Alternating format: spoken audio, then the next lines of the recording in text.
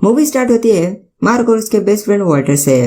वो दोनों मार्क के घर आते हैं तब वहाँ पे मार्क की माँ तान्या ने मार्क के लिए सरप्राइज बर्थडे पार्टी रखी थी। पार्टी में तो मार्क के सारे फ्रेंड्स आ गए, फिर भी मार्क की नजर उसकी क्रश मेलेनी पर ज्यादा होती है। वॉल्टर उसे आइडिया देता है कि एक रात के लिए उसके माँ को घर से बाहर भेज दे ताकि वो दोनों मिलके मेलेनी के साथ पार्टी कर सकेंगे। मार्क के घर में मार्क और उसकी माँ तान्या सिर्फ दोनों ही रहते हैं। मतलब कुछ सालों पहले मार्क के फादर गुजर गए, तब से मार्क तान्या का जीने का सहारा बना, इसलिए वो मार्क के लिए कुछ ज्यादा ही ओवर प्रोटेक्टिव है। इसी के चलते वो कभी कभी मार्क का लैपटॉप भी चेक करती है। तान्या को रैंडी नाम का एक बॉयफ्रेंड है।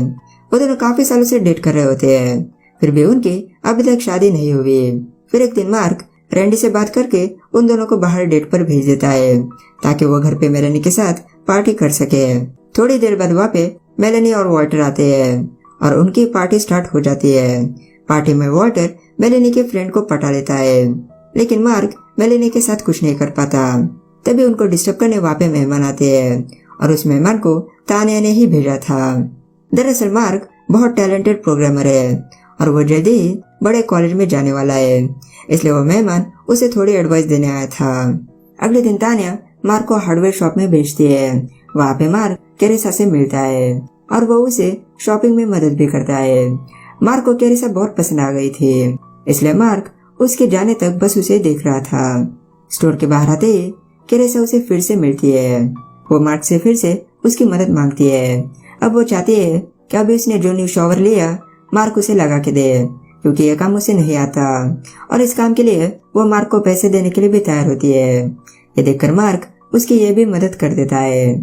फिर शॉवर चेक करने के लिए कैरिसा उसके सामने ही सारे कपड़े उतारती है और वो उसे भी उसके साथ नहाने के लिए इनवाइट करती है। मार्क बिना कुछ सोचे उसके ऑफर एक्सेप्ट करता है और वो उस दिन 3 बार कैरिसा के साथ इंटीमेट हो जाता है।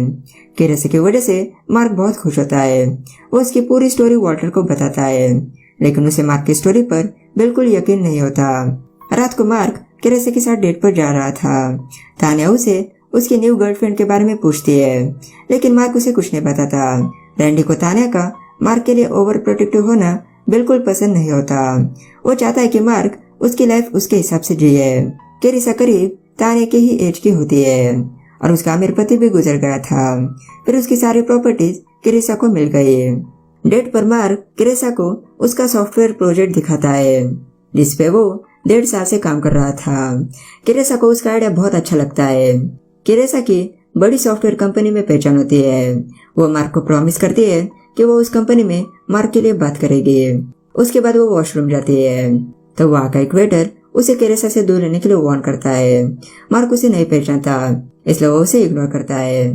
मार्क रात के 12 बजे घर आया था, इस वजह से तान्या को उसकी बहुत फिक्र हो रही थी। मार्क कैरिसा की वजह से तान्या के साथ लड़ने भी नहीं करता। ये सब देखकर तान्या को लगता है कि उसका बेटा उसके हाथ से निकलता जा रहा है। इधर मार्क को ज्यादा से ज्यादा टाइम कैरिसा के साथ बिताना बहुत अच्छा लग रहा था। फिर एक दिन अचानक से कैरिसा मार्क के घर आके उसे सरप्राइज करती है। तब वहाँ पे पहली बार तान्या कैरिसा से मिलती है और वो समझ जाती है कि यही मार्क की न्यू गर्लफ्रेंड है। उसके बाद डिनर के टाइम पर तान्या को कैरिसा के ख्याल बिल्कुल पसंद नहीं आते, इसलिए उनके बीच बहुत झगड़ा होता है जिसमें तान्या कैरिसा को बहुत बातें सुनाती है। किचन में तान्या रैंडी के पास कैरिसा की बुराई कर रही थी और बाहर कैरिसा मार्क को उसके माँ के खिलाफ भड़का के उसे उसके घर लेके जाती है और मार्क को इस तरह से जाता हुआ देख के तान्या को बिल्कुल पसंद नहीं आता। कैरिसा और मार्क जब घर आते हैं तब कैरिसा का मूड बहुत अच्छा था, इसलिए वो मार्क के साथ इंटीमेट होने के लिए न्यू मेथड ट्राई करना चाहती थी। फिर वो दोनों पानी में ही इंटीमेट हो जाते हैं, लेकिन कैरिसा की न्यू मेथड की वजह से मार्क मरते मरते बच जाता है। घर में तान्या ऑनलाइन कैरिसा के बारे में पढ़ती है। वहीं से हमें भी पता चल जाता है कि कैरिसा ने एक बुढ़े से शादी करी थी। फिर एक दिन वो बुढ़ा अचानक से गुजर गया। वहीं से तान्या को कैरिसा के घर का एड्रेस भी मिलता है, इसलिए वो अगले दिन मार्क को वहाँ पे लेने जाती है। लेकिन कैरिसा उसे मार्क से मिलने नहीं देती और वो उल्टा उसे बहुत बातें सुनाती है। मतलब कैरिसा माँ और बेटे को एक दूसरे से अलग करना चाहती है ताकि वो मार्क को खुद के लिए रख पाए, लेकिन तान्या को उसके बेटे पर पूरा भरोसा होता है। वो जानते हैं कि मार्क उसके साथ ज्यादा दिनों तक नहीं रह पाएगा।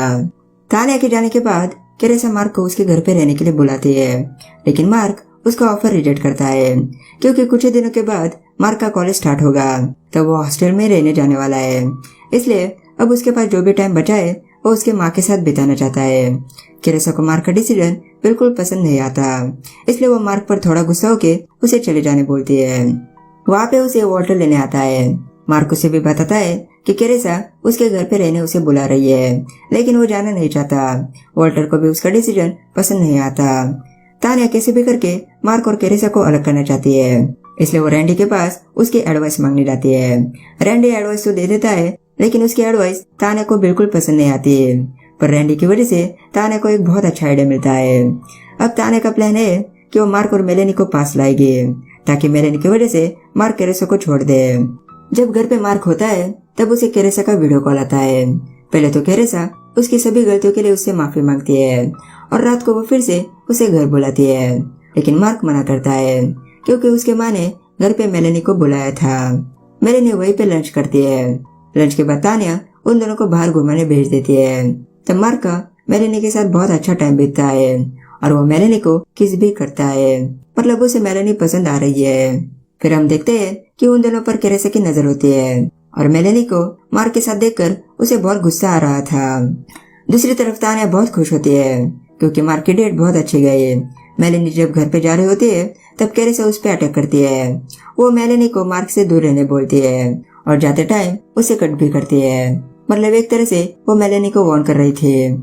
इससे हमें पता चल जाता है कि केरेसा मार्क के लिए कितनी पागल है। अगले दिन मार्क मेलेनी को वीडियो कॉल करता है, लेकिन मेलेनी उसकी रिक्वेस्ट रिजेक्ट करती है। तान्या रैंडी के पास उसकी खुश खबर सुनाने जाती है, मतलब उसका प्लान वर्क हो गया और मार्क केरेसा से दूर हो गया। रैंडी को उसकी ओवर प्रोटेक्टिवनेस बिल्कुल पसंद नहीं होती है क्योंकि वो हमेशा मार्क के लाइफ में इंटरफेयर करती है और वो इसी तरह से रैंडी की लाइफ में भी इंटरफेयर करती रहती है।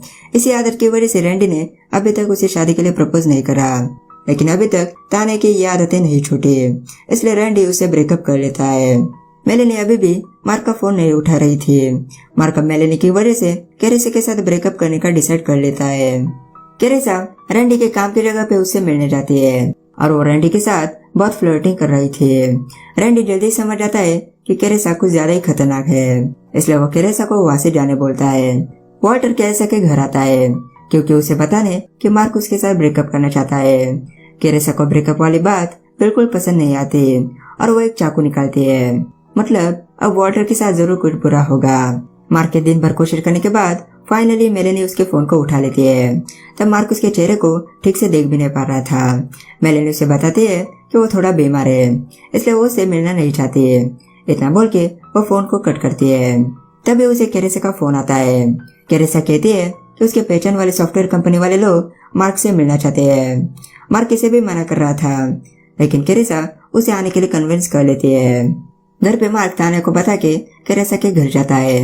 वहाँ पे मार्क उसके सॉफ्टवेयर का प्रेजेंटेशन बहुत अच्छी तरीके से करता है, लेकिन अब मार्क के सॉफ्टवेयर की कोई भी वैल्यू नहीं थी क्योंकि मार्क के सॉफ्टवेयर जैसा सॉफ्टवेयर पहले ही कंपनी वालों ने बना लिया था।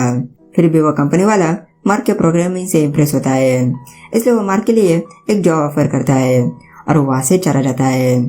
मार्क को कॉलेज जाने से पहले जॉब मिल गई थी, फिर भी मार्क कॉलेज जाना चाहता है, मतलब वो केरेसा से दूर रहना चाहता है। यही केरेसा नहीं चाहती, इसलिए वो मार्क पे अटैक करके उसे बेहोश करती है। उसके बाद वो मार्क को बांध के रखती है और उसके साथ फोर्सफुली इंटीमेट होती है। उसके बाद केरेसा उसे फिजिकली टॉर्चर भी करती है। यही पे मार्क को उस वेटर की वार्निंग याद आती है। दरअसल केरेसा ने मार्क जैसे बहुत सारे लड़कों को उसके जाल में फंसाया था और यही बात वो वेटर जानता है, इसलिए उसने मार्क को वार्निंग दी थी।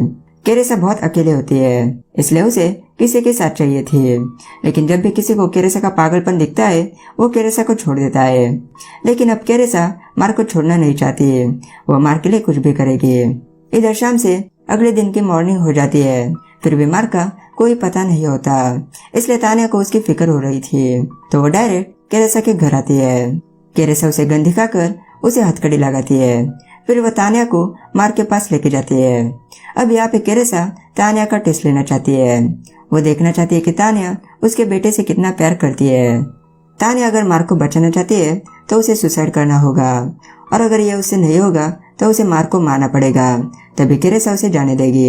ये काम करने के लिए केरेसा उसके गन में सिर्फ एक बुलेट डाल के उसे देती है और वहां से चली जाती है। तान्या को जल्दी कुछ डिसाइड करना होगा क्योंकि टॉर्चर की वजह से मार्क की हालत बहुत खराब हो गई है। दूसरी तरफ रैंडी को मार्क और तान्या की फिक्र हो रही होती है क्योंकि तान्या ने उसे जाने से पहले बताया था कि वो मार्क को लेने के लिए कैरेसा के घर पे जा रही है। तान्या को मार्क की हालत देखकर उसे उसकी गलतियां पता चल चुकी है। वो अब जान चुकी है कि वो मार्क के लिए कुछ ज्यादा ही ओवर प्रोटेक्टिव है। दरअसल जब मार्क के फादर गुजर गए तब से तान्या का जीने का सारा मार्ग बना। वो मार्क को दुनिया के सभी खतरों से बचाना चाहती है, इसलिए वो इतनी ओवर प्रोटेक्टिव है। लेकिन अब तान्या जान चुकी है कि वो ऐसा कभी नहीं कर सकती है क्योंकि उसी की वजह से मार्क आज इस हालत में है। वो मार्क को उसकी सभी गलतियों के लिए सॉरी बोलती है और वो सुसाइड करने के लिए बिल्कुल तैयार होती है। तभी उसे एक आइडिया आता है जिससे वो दोनों घर पे जा सकेंगे। ऊपर तान्या उन दोनों में से किसी के मरने का वेट कर रही होती है। तभी उसे डोरबेल की आवाज आती है। दरअसल तान्या को लेने के लिए रैंडी वहां पे आया था, लेकिन यह बात कैरेसा नहीं जानती है। तभी उसे गन शॉट की आवाज आती है। कैरेसा देखती है तो उसे लगता है कि तान्या ने सुसाइड किया। वो तान्या को चेक करने लगती है। तभी तान्या उस पर अटैक करती है और हमें माँ और गर्लफ्रेंड के बीच में जोरदार फाइट देखने को मिलती है। तान्या कैसे भी करके कैरेसा को बेहोश कर देती है। फिर वो मार्क को वहां से बाहर लाती है। तभी वो साइको फिर से उन पे अटैक करने आती है, लेकिन पीछे से रैंडी कैरेसा पे अटैक करके उसे मार डालता है। वहीं पे एक बॉक्स में कैरेसा ने वॉल्टर को रखा था तो रैंडी उसे छोड़ देता है। फिर हम लास्ट में देखते हैं कि तान्या और रैंडी का फिर से पैचअप हो गया और अब तान्या मार्क के लिए ज्यादा ओवर प्रोटेक्टिव नहीं है। मार्क और मेलेनी का भी पैचअप हो जाता है और वो दोनों कॉलेज के लिए साथ में जाते हैं। वॉल्टर को भी उससे दुगनी एज की अमीर गर्लफ्रेंड मिल जाती है जिसके साथ वो मूवी देखने जा रहा था और यहीं पे यह मूवी खत्म हो जाती है।